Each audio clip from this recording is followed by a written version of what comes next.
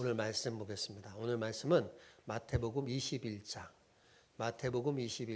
12절에서 17절까지 말씀입니다. 마태복음 21장 12절에서 17절.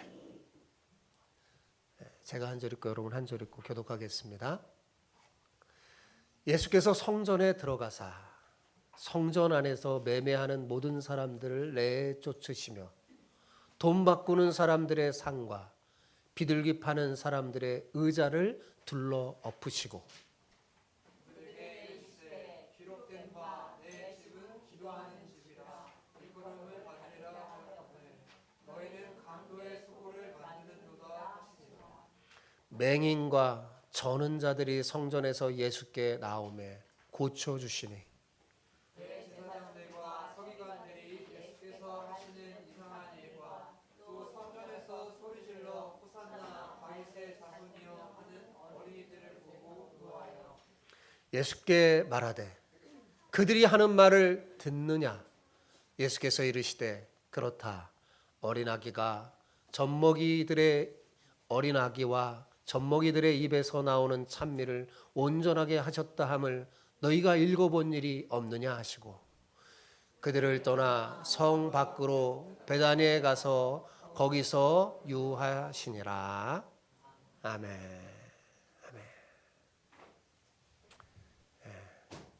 예수님은 왜 화내신 것일까? 라는 제목으로 여러분과 은혜를 나누고자 합니다. 저는 화내시는 예수님을 좀처럼 상상할 수가 없습니다. 여러분은 어떻습니까? 화내시고 진노하시는 예수님의 모습이 상상이 가십니까? 잘 상상이 안 가시죠? 우리가 상상하는 예수님은 언제나 인자한 모습으로 우리에게 다가오시기 때문입니다. 실제로 신약 성경에 나타난 예수님의 얼굴은 언제나 온화한 미소로 가득 차 있습니다. 때때로 심각한 얼굴로 금심하시는 그 모습도 보이지만 불쌍한 사람을 만나면 함께 아파하시는 사랑의 예수님의 모습이 우리에게는 어때요? 더욱 친근하고 익숙합니다. 겟세마네 동산에서 피땀 흘리면서 기도하시는 그 고뇌에 찬 모습도 우리에게 퍽 가깝게 느껴집니다. 그런데 오늘 본문을 살펴보니까 어때요? 예수님이 화를 내고 계십니다.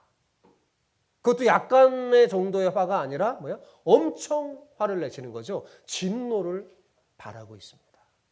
예수님의 이렇게 진노하시는 모습은 왠지 우리에게 낯설고 어색하게 보이죠. 무엇이 그토록 온유하시고 겸손하신 예수님을 격노하게 하신 걸까요? 그것은 하나님의 성전이 왜곡되고 더럽혀졌기 때문입니다. 타락한 성전 중심의 신앙이 천국의 문을 가로막고 있었기 때문에 그랬어요. 그래서 예수님이 예루살렘에 입성해서 제일 먼저 하신 일이 바로 이 왜곡된 성전 신앙을 바로잡고 참된 신앙을 회복하는 이른바 성전 청결 사건을 일으키신 겁니다.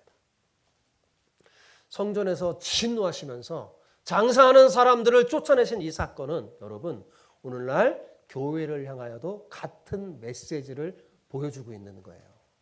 하나님의 교회가 어때요? 점점 세속화되어 가고 거룩해야 할 성도들이 황금의 눈이 멀어서 신앙을 왜곡하는 그 모습에 경종을 울리고 있는 거죠. 여러분, 성전의 참 모습이 무엇인지 알게 해주시는 오늘 예수님의 말씀을 통해서 여러분 오늘날 교회의 본질이 무엇인지 잘 깨달아 알길 바랍니다. 부디 여러분 모두 오늘 말씀을 통해서 여러분 자신 한번 되돌아보고 교회의 본질이 무엇인지 바로 잘 알아서 세상의 빛과 소금의 역할을 잘 감당하는 그 사명을 회복하는 여러분 모두가 되시기를 축복합니다. 옆 사람에게 오늘은 이렇게 축복하며 인사합시다. 교회의 참 모습을 회복하여 빛과 소금의 사명을 잘 감당하시기를 축복합니다. 왜 갑자기 힘이 없어졌어요? 같이 붙여서요. 자, 시작. 교회의 참 모습을 회복하여 빛과 소금의 사명을 잘 감당하시기를 축복합니다. 예, 갑자기 이게 갑자기 무거워졌나요? 예, 예. 자, 예루살렘 심장부인 성전에서 일어나는 이 본 사건은 성전의 참모습이 무엇이어야 하며 그것을 예수님이 성전의 참모습이 무엇인지 이렇게 알려주고 동시에 자신이 누군지 예수님이 누군지 보여주는 말씀입니다. 같은 사건을 기록한 마가는 예루살렘의 입성과 이 성전 청결 사건이 하루의 간격이 있었음을 보여줘요. 그런데 마태는 이 시간 간격을 생략함으로 이 두 사건의 긴밀한 연관성을 더욱 고조시켜서 하고자 하는 메시지를 강조하고 있는 거예요. 앞서서 예수님은 어때요? 예루살렘에 어떻게 입성했죠? 기억나시나요? 어린 나귀 새끼를 타고 다 입성했어요. 왜요? 그것을 통해 구약에서 예언된 겸손한 평강의 왕이 자신임을, 자신이 그 메시아이심을 드러내 보여주셨어요. 그러나 이번에는 이스라엘 신앙 중심인 성전에서 누구도 흉내낼 수 없는 그 행동을 보여주심으로 자신이 성전을 새롭게 회복시켜 주실 메시아이심을 보여주신 것입니다. 뭘 회복시켜 주실? 성전을 새롭게 회복하실 분이심을 알려주신 거예요. 본문은 크게 두 개의 장면으로 되어 있습니다. 첫 번째 장면은 12절과 14절. 그리고 두 번째 장면이 15절과 16절이에요. 그리고 17절은 그 이후에 예수님이 하신 행동입니다. 너무 속상하셔서 성전 밖으로 베다니로 가신 거죠. 자, 12절. 12절 다시 읽어볼까요? 시작. 예수께서 성전에 들어가사 성전 안에서 매매하는 모든 사람을 내쫓으시며 돈 바꾸는 사람들의 상과 비둘기 파는 사람들의 의자를 둘러 엎으시고. 자, 이게 첫 번째 장면인데 첫 번째 장면의 시작인데 여러분 어때요? 첫 번째 장면이 어떻습니까? 굉장히 시끄럽고 정신이 없어요. 그죠? 예루살렘 성전의 모습이 어떻습니까? 매우 시끄러운 시장바닥 같아요. 그죠? 그렇다면 왜 이렇게 시끄러운 상황일까요? 하나님의 성전, 예루살렘 성전이 왜 이렇게 시끄러운 상황이에요? 돈 바꾸고 소나 양과 염소, 비둘기 파는 장사꾼들 때문에 그렇습니다. 그렇죠? 사실 여러분, 동물을 매매하거나 돈 바꾸는 것 불법이 아닙니다. 왜냐하면 제사의 편의를 위한 것이었기 때문입니다. 이스라엘 제사의 대부분, 이스라엘 제사의 제물은 대부분 뭘까요? 대답을 해줘요. 뭘까요? 동물이잖아요. 그죠? 동물입니다. 그러므로 유월절 같은 큰 절기를 지키기 위해서는 그래서 유월절 같은 큰 절기를 지키기 위해서 예루살렘 성전에 와서 제사를 지내려면 어떻게 해야 될까요? 동물을 끌고 와야 됐단 말이에요. 지금 사실 예수님이 예루살렘에 입성한 이때도 유월절 절기였어요. 자, 유월절 절기가 돼서 예루살렘 성전에 와서 제사를 드리려면 사람들은 동물을 끌고 와야 됐어요. 가난한 사람들은 비둘기를 안고 옵니다. 그리고 보통 평민들은 양이나 염소를 끌고 와요. 그리고 부자들은 뭘 끌고 올까요? 소를 끌고 옵니다. 소를 끌고 옵니다. 네.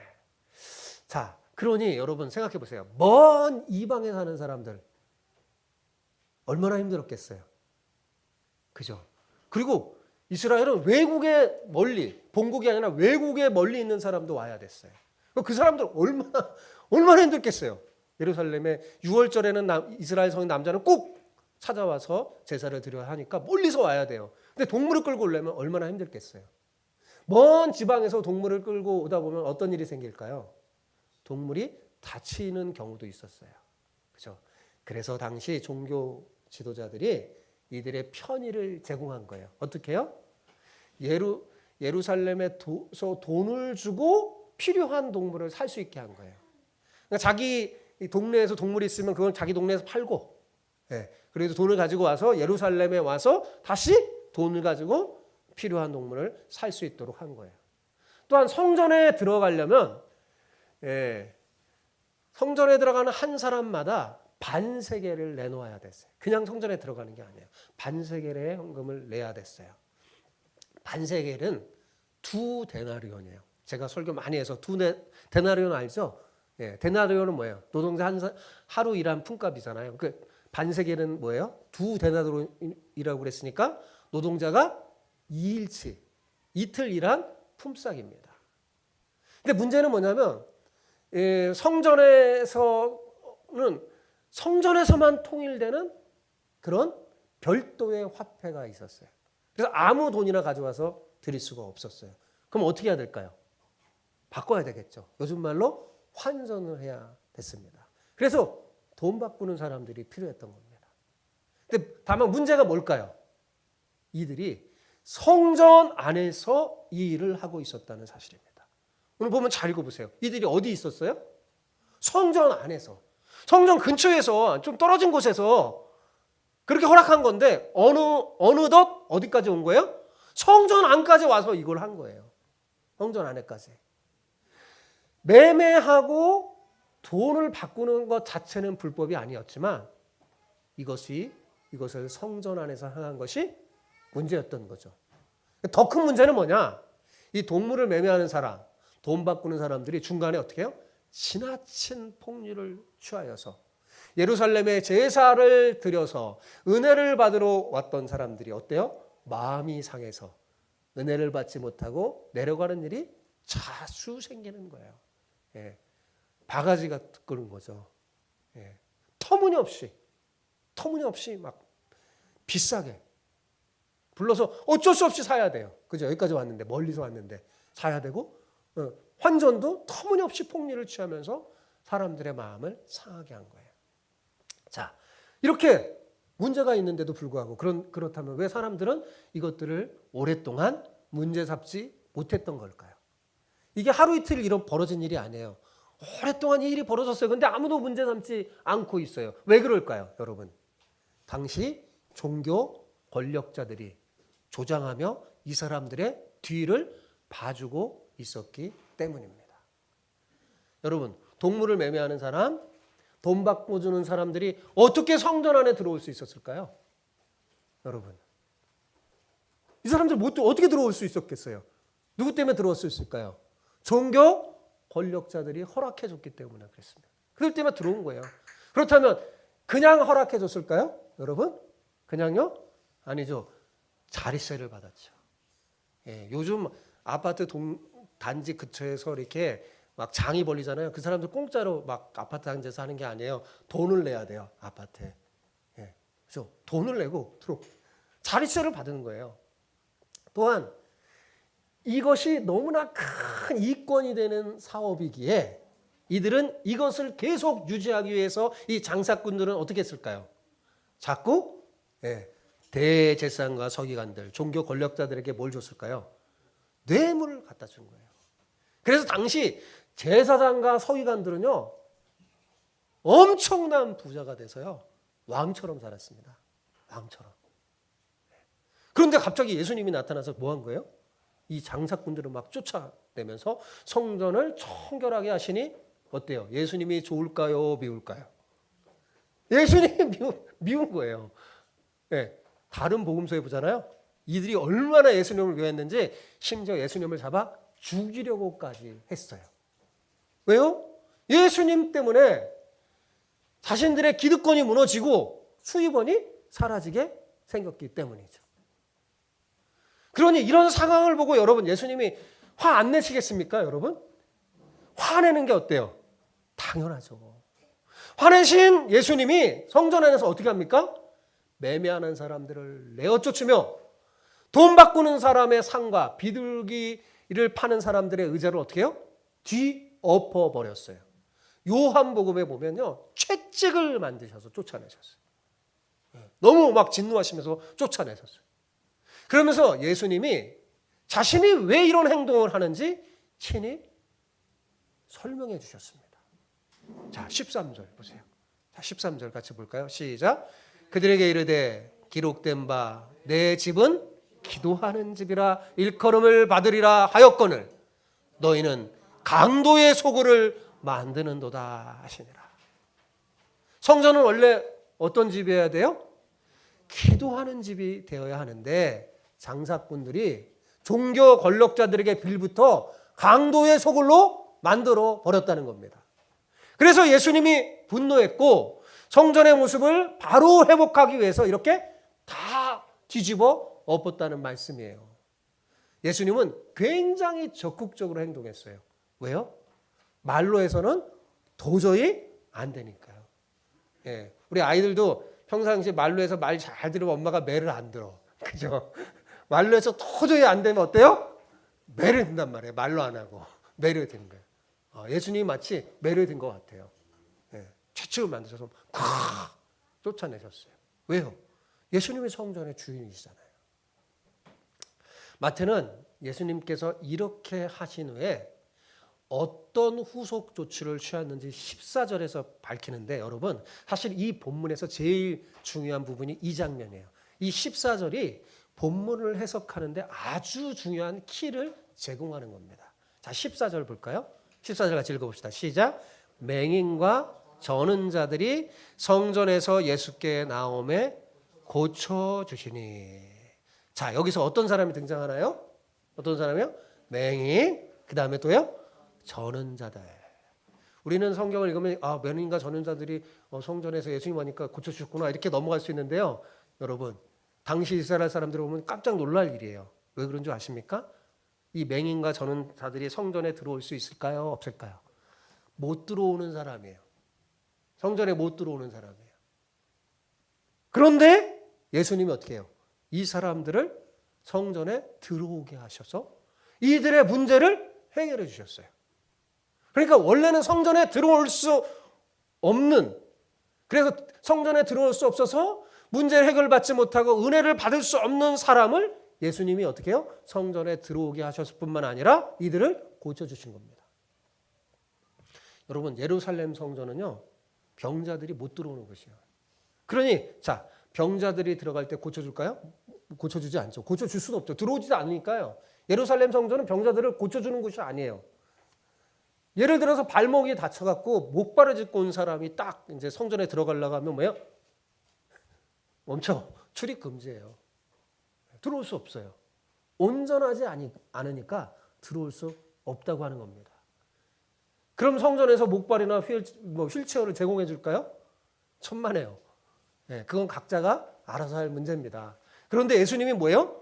이 모든 문제를 해결하십니다.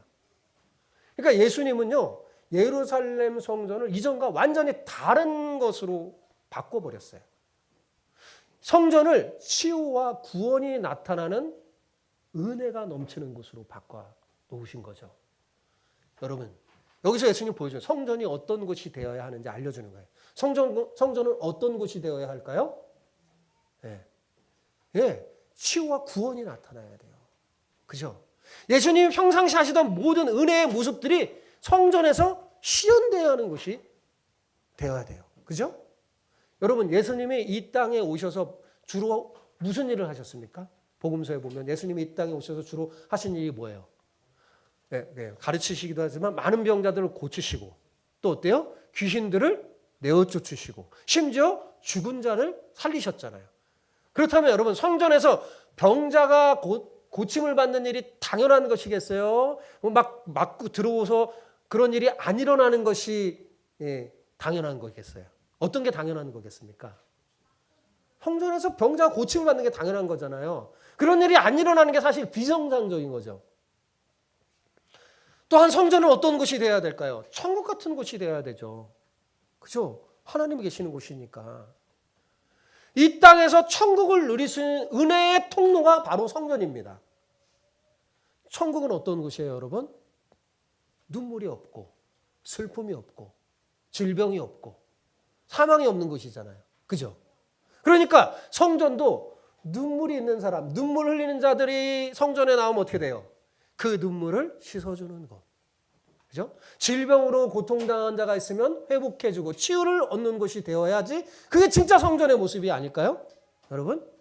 지금 성전의 주인이신 예수님이 그 모든 것을 구현하면서 성전은 바로 이런 곳이 되어야 하는 것이다 라고 지금 알려주시는 겁니다.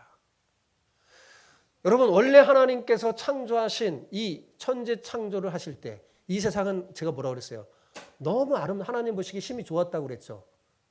그리고 그곳에 질병이 있었을까요? 없었을까요? 없었어요. 질병이 없었습니다.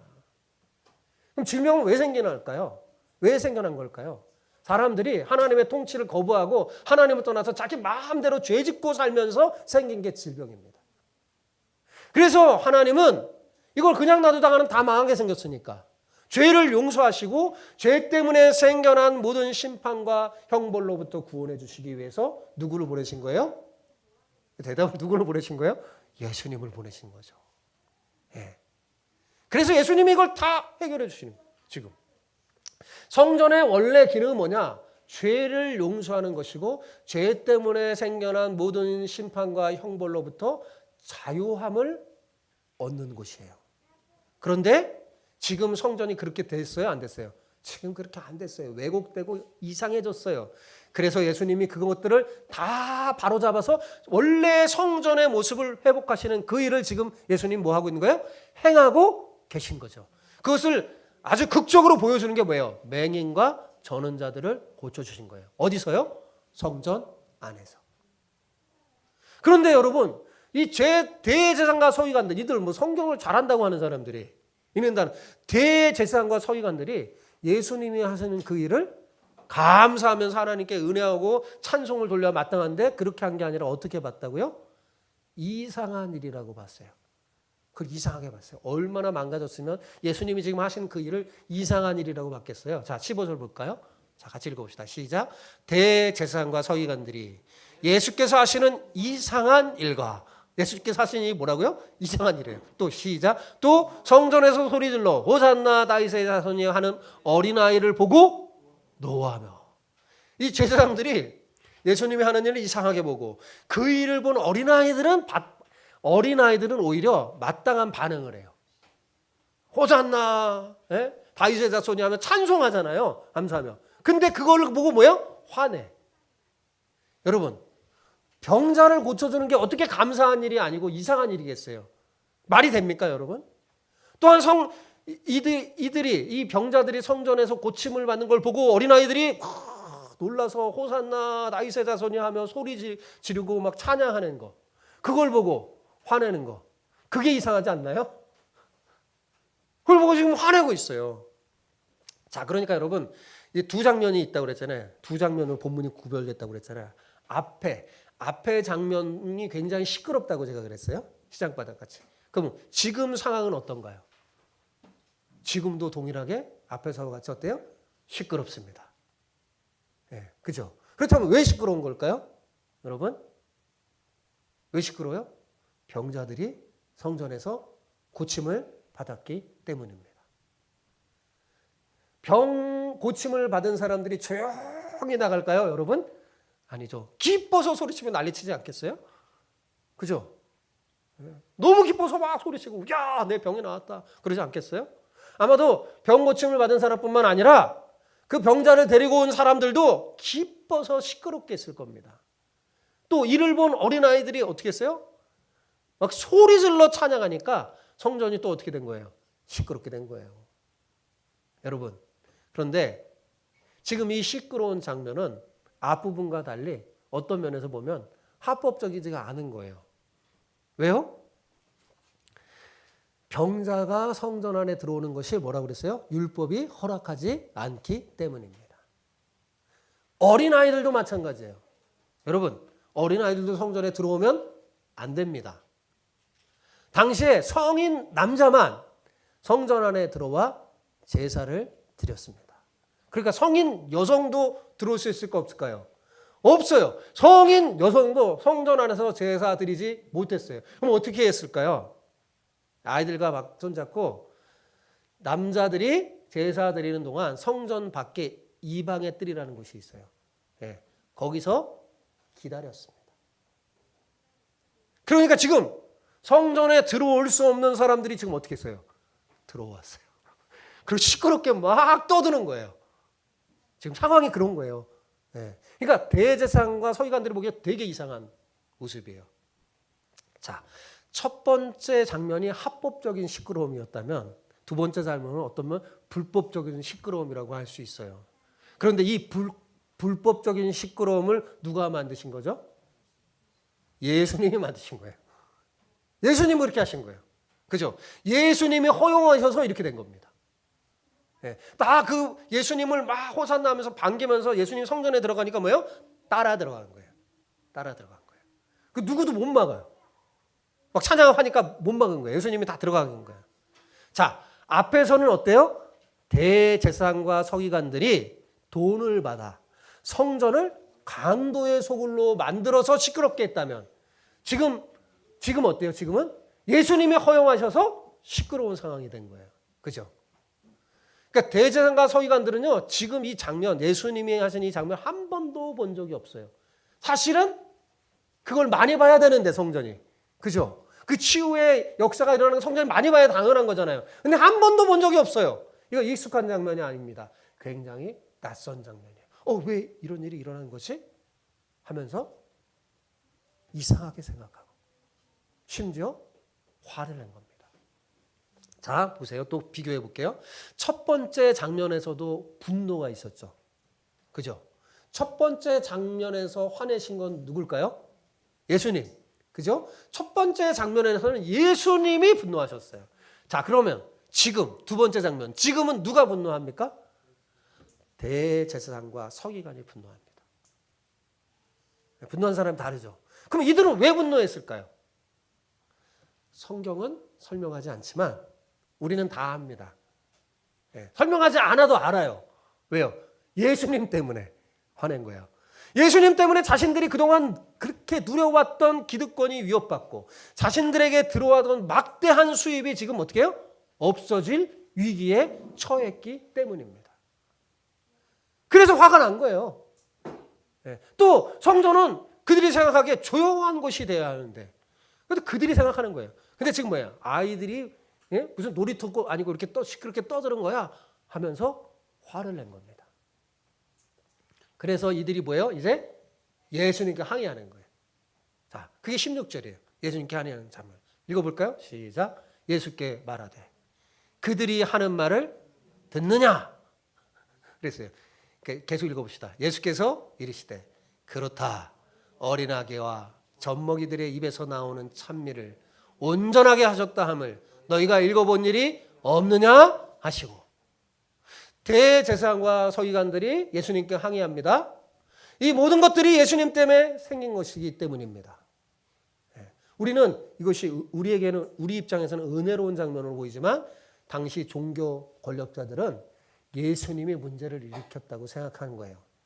그래서 이들이 눈에 보기에는 병자가 고침을 받고 어린아이들이 성전에서 시끄럽게 떠드는 게 이상하게 보인 겁니다. 그래서 뭐예요? 예수님께 책임을 추궁하고 있는 거예요. 들리지 않냐 지금? 이렇게 시끄럽고 저 아이들이 막 소리 지르면서 찬양하는 거 듣지 않느냐? 예수님께 묻잖아요. 성전 안에서 병자들이 고침을 받는 것을 보고 기뻐하면서 어린아이들이 어떻게 했어요?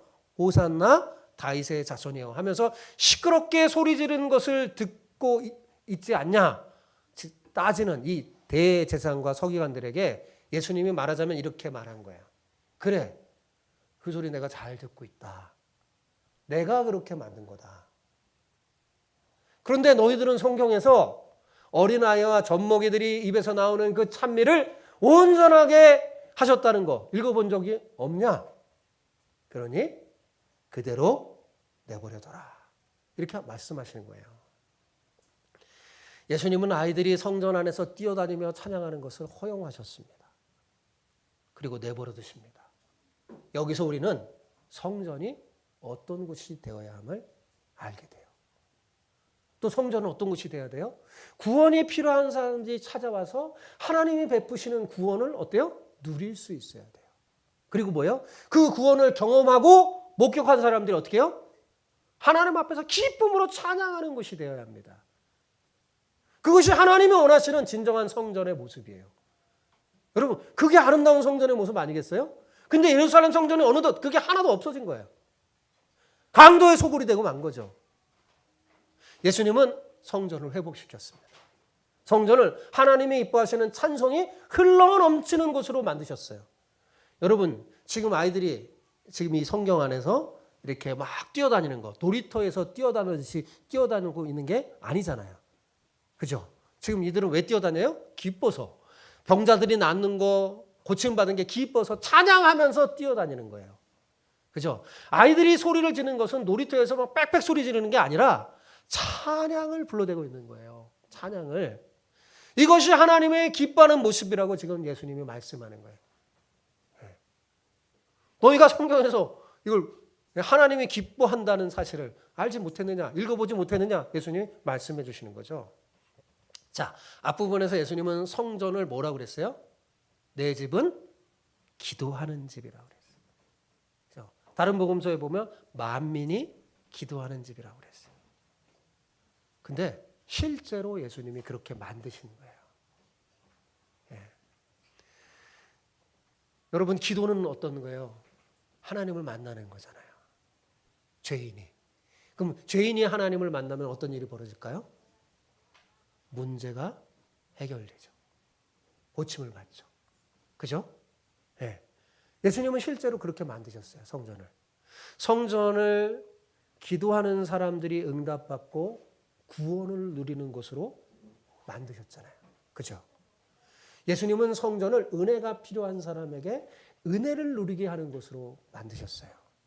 회복과 치유를 누리는 사람들이 하나님 앞에서 막 소리 지르며 찬매하는 곳으로 만드셨어요. 어린아이에서부터 어른에 이르기까지 다 말입니다. 그죠? 이것이 예수님께서 성전을 회복하신 모습이에요. 자, 여러분, 오늘 말씀을 정리하면서 중요한 말을 하려고 해요. 그러니까 잘 들으시기 바랍니다. 자, 우리는 오늘 본문을 통해서 예수님이 누구신지 배웁니다. 제가 항상 마태복음 읽을 때 물어봐야 할 질문이 뭐라고 그랬어요? 예수님은 누구신가 하면서 질문하라고 했죠. 그럼 마태복음은 대답해줘요. 예수님이 어떤 분인지. 자, 오늘 본문에서 예수님은 누구신가요? 예수님은 구원을 베푸시는 분이시고 찬미를 받으시는 분이에요. 그죠? 병으로 고통받는 그 사람에게 구원을 받으시고 어린아이의 찬미를 받으셨잖아요. 그럼 예루살렘 성전은 본래 어떤 곳이 되어야 하느냐? 구원이 흘러넘치는 곳이어야 돼야 되고 하나님을 향한 찬송이 흘러넘치는 곳이어야 돼야 합니다. 그런데 불행히도 그렇게 되지 못하는 거죠. 그래서 예수님이 친히 이 모든 것을 회복시킨 것입니다. 교회도 마찬가지. 교회도 마찬가지. 그러므로 은혜가 필요한 사람, 구원이 필요한 사람, 질병의 문제이건 재정의 문제이건 무엇이든 치유와 회복을 누리는 사람은 누구든지 성전이 아니라 누구에게 가야 될까요? 예수님에게 가야 합니다. 성전은 치유와 회복의 능력이 없어요. 그 성전의 주인이신 예수님이 치유와 회복의 능력을 베풀어 주기 때문에 그곳이 아름다운 곳이 되는 거죠. 그죠? 주님께 나아가야 누구든지 고침을 받고 회복받을 수 있습니다. 자, 이제 제가 중요한 얘기를 하려고 그래요. 여러분, 예루살렘 성전은 원래 그림자요 모형이었습니다. 뭐라고요? 그림자요 모형이에요. 그림자와 모형은 어때요? 실체가 오면 필요해요? 필요 없어요? 필요가 없는 거예요. 그럼 실체가 누굴까요? 예수님. 예수님이 성전의 실체이며 본질이십니다. 그래서 같은 사건을 기록한 요한복음에 보면 예수님이 이렇게 말씀하십니다. 자, 어떻게 말했어요? 시작. 너희가 이 성전을 헐라. 내가 사흘 동안 일으키리라. 이게 무슨 말일까요? 여기에 이 성전은 참 성전이신 예수님의 육체를 가리켜 하신 말씀이에요. 예수님이 예루살렘에 왜 왔다고요? 죽으시라고 왔어요. 실제로 저들이 이 성전을 헐죠. 예수님 못 박잖아요. 근데 뭐야? 내가 사흘 동안에 일으키리라. 그러니까 이 말이 무슨 말이냐면 예수님께서 자신의 십자가의 죽음과 부활을 통해서 잘못된 너희들의 그 성전 신앙을 바로잡고 성전의 본래 기능을 회복하여 인류를 구원하시겠다는 말씀이에요. 여러분, 성전된 예수님의 몸이 부활한 그 순간부터 이제는 성전 제사가 아무런 필요가 없게 됐습니다. 왜냐하면 이제 하나님은 성전에 계시는 것이 아닙니다. 그럼 어디에 계실까요? 모든 사람, 예수님을 믿는 모든 사람의 영혼에 계시기 때문에 그렇습니다. 예수님이 성전이라고 그랬잖아요. 예수님이 친히 먼저 성전의 모습을 보여준 거예요. 예수님이. 사람이 되셨잖아요. 그죠? 사람이 되셔서 하나님의 성전, 눈에 보이지 않는 진짜 실체의 성전의 모습을 예수님이 먼저 보여주셨어요. 그리고 성경은 말합니다. 너희 몸이 하나님의 성전임을 알지 못하느냐.